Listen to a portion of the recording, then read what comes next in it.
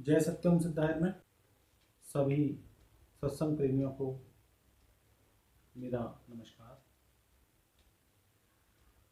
मित्रों, गुरुदेव से हम चर्चा कर रहे थे, तो चर्चा करते समय एक विषय हमारे दिमाग में आया और उस पर हमने गुरुदेव से चर्चा की।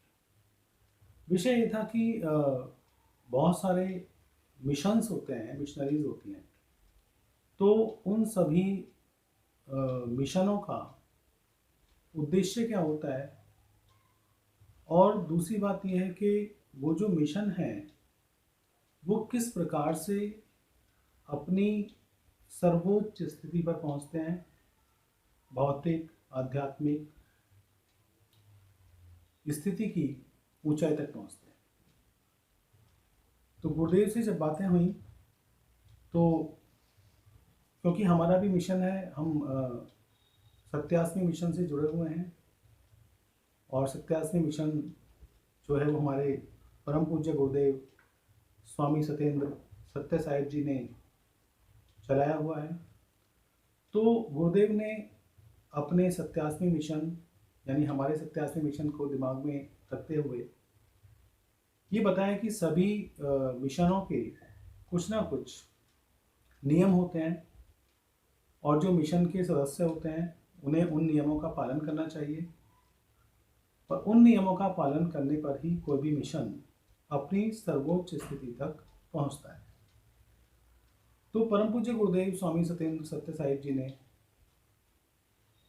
सत्यास्मी मिशन के 12 नियम बनाए और हमें बताए कि हमारा जो मिशन है सत्यास्मी मिशन, उसके ये नियम हैं और इस तरीके से जो अन्य मिशन हैं उनके भी कुछ ना कुछ नियम और उपनियम होते हैं, और उन नियमों के आधार पर ही कोई भी मिशन अपनी सर्वोच्चता को प्राप्त करता है।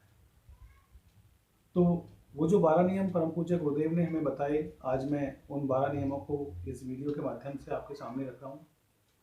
तो सबसे पहला जो नियम है वो है मिशन के प्रति जो धार्मिक नींव है वो खुली होनी चाहिए, मजबूत होनी चाहिए और कट्टर होनी चाहिए।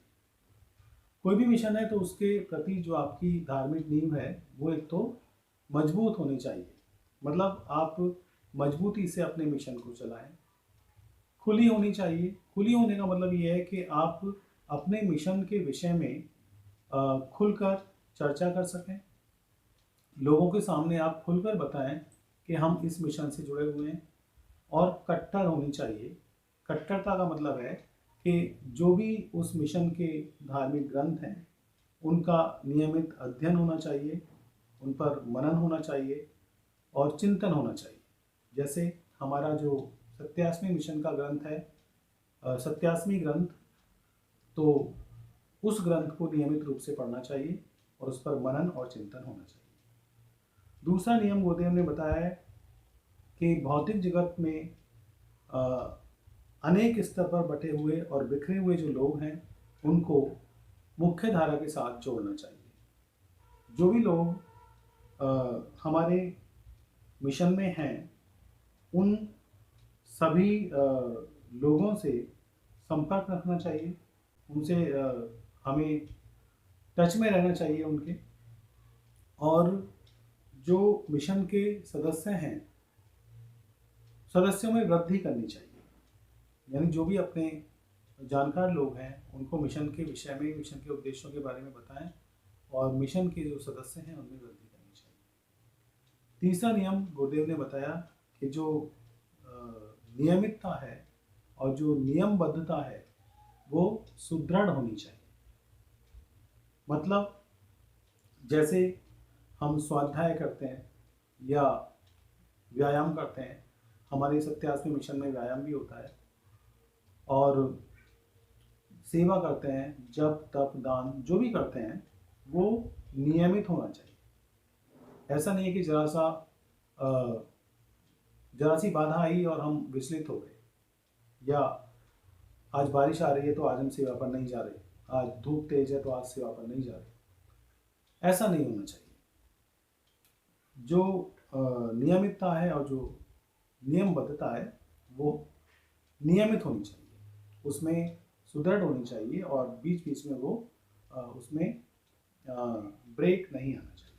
उसके बाद परम पूज्य गुरुदेव ने जो चौथा नियम बताया सत्यास्मी मिशन का, वो ये है कि प्रशासनिक और राजनैतिक पक्ष का जो उपयोग है वो धर्म में होना चाहिए।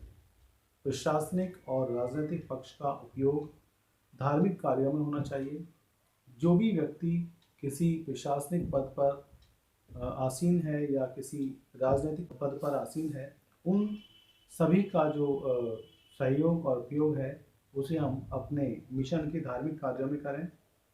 मतलब जो भी व्यक्ति जिस भी क्षेत्र का विशेषज्ञ है तो उस क्षेत्र से संबंधित सहयोग उस व्यक्ति का लेना चाहिए मिशन के कार्यों के लिए, जिससे मिशन का भी लाभ हो और उस व्यक्ति का भी लाभ हो।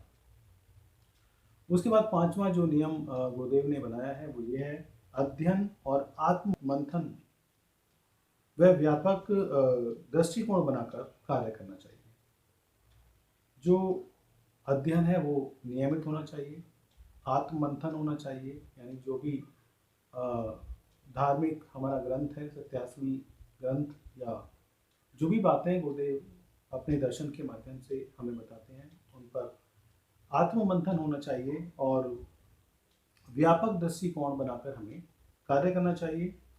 जैसे हमें नियम पर चलना चाहिए, हमें गहनता से चिंतन करना चाहिए और आगे बढ़ना चाहिए और बढ़ाना चाहिए।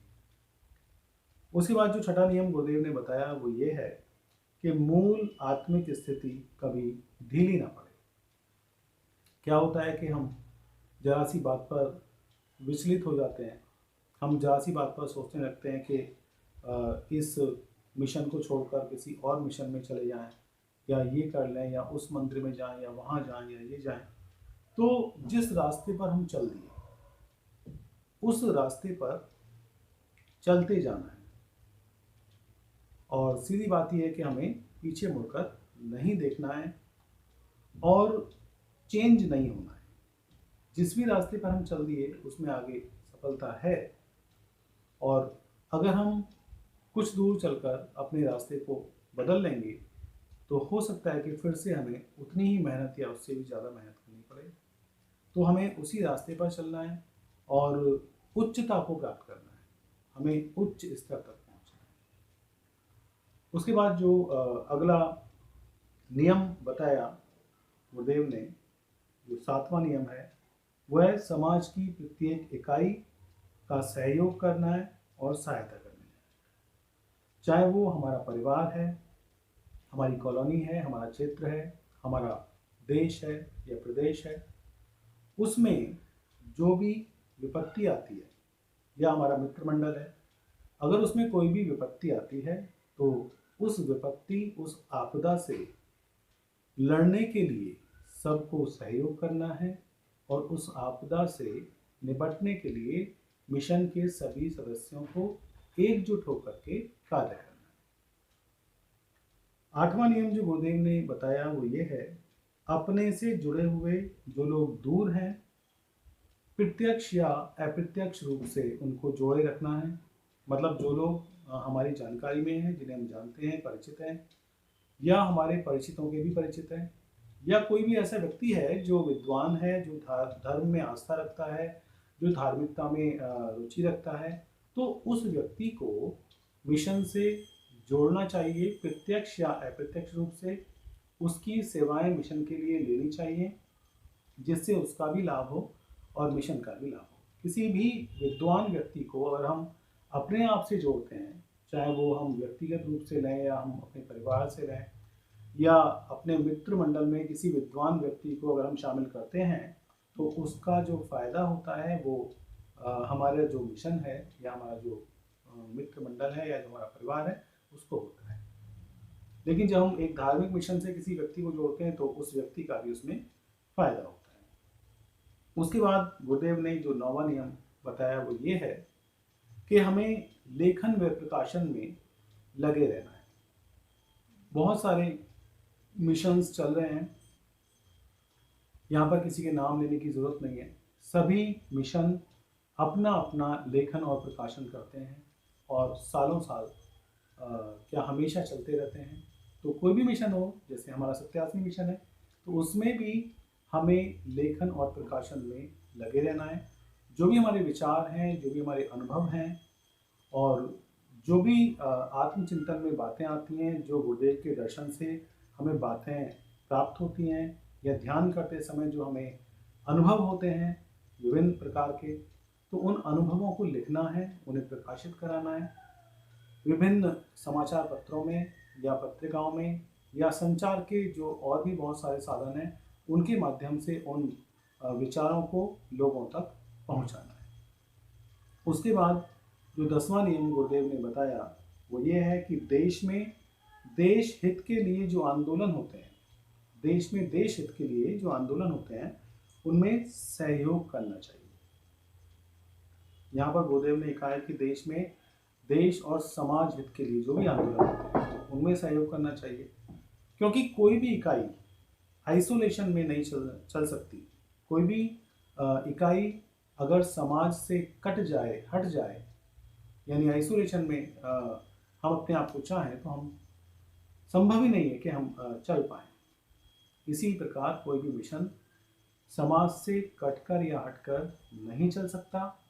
तो समाज के लिए जो भी आंदोलन होते हैं या जो भी सेवाएं होती हैं वो हमें देनी चाहिए। उसके बाद जो 11वां नियम गुरुदेव ने बताया वो ये है कि जो भी हमारा धर्म या मिशन है उसका नामकरण अवश्य होना चाहिए, तभी उसका जो एक भौतिक रूप है वो आता है। जैसे मेरा भी कुछ नाम है, तो अन्य लोग हैं उनका भी कुछ नाम है, तो अगर किसी का कोई नाम होगा तभी हम उससे किसी को जोड़ पाएंगे। जैसे हमारा धर्म सनातन धर्म है या हिंदू धर्म है या किसी का मुस्लिम धर्म है या सिख धर्म है या ईसाई धर्म है, उसका एक नाम होगा तभी हम उससे किसी को जोड़ पाने में समर्थ होंगे। 12वां और अंतिम नियम जो गुरुदेव ने बताया वो ये है कि वर्तमान जीवन की पृष्ठभूमि कुछ भिन्न हो सकती है, पर ध्यान रहे मूल भूमि अर्थात जो उसका उद्गम है या जो उसकी जड़ है। जैसे एक पेड़ होता है तो उसकी जड़ स्थिर रहती है, पेड़ के पत्ते बढ़ते रहते हैं, घटते रहते हैं, लेकिन जड़ जो होती है उसकी वो स्थिर रहती है। तो उसकी जो जड़ है, उसका जो उद्गम है वो एक ही होता है, वो परिवर्तनशील नहीं होता है।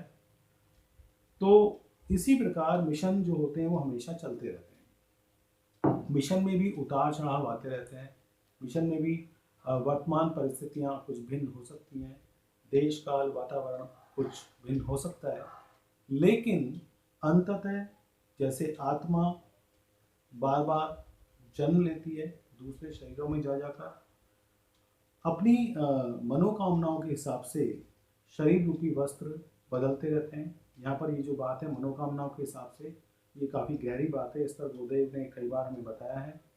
तो मनोकामनाओं के हिसाब से हमारे जो शरीर हैं वो बदलते रहते हैं, लेकिन आत्मा एक ही रहती है और आत्मा मूल रूप में आत्मा ही है।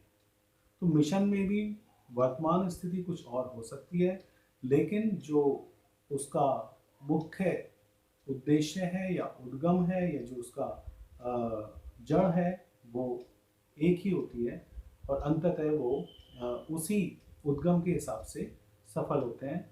जैसे हमारा उद्देश्य है अहम 87, तो 87 मिशन का जो उद्देश्य है, जो उद्गम है वो अहम 87 है। तो गुरुदेव ने ये 12 नियम बताए हैं 87 मिशन के।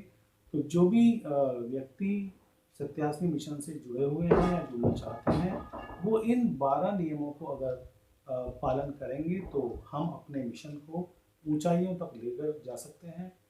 गुरुदेव से चर्चा में हमें ये सौभाग्य प्राप्त हुआ और इसी जो चर्चा है उसी को मैंने आपके साथ में साझा किया है, शेयर किया है।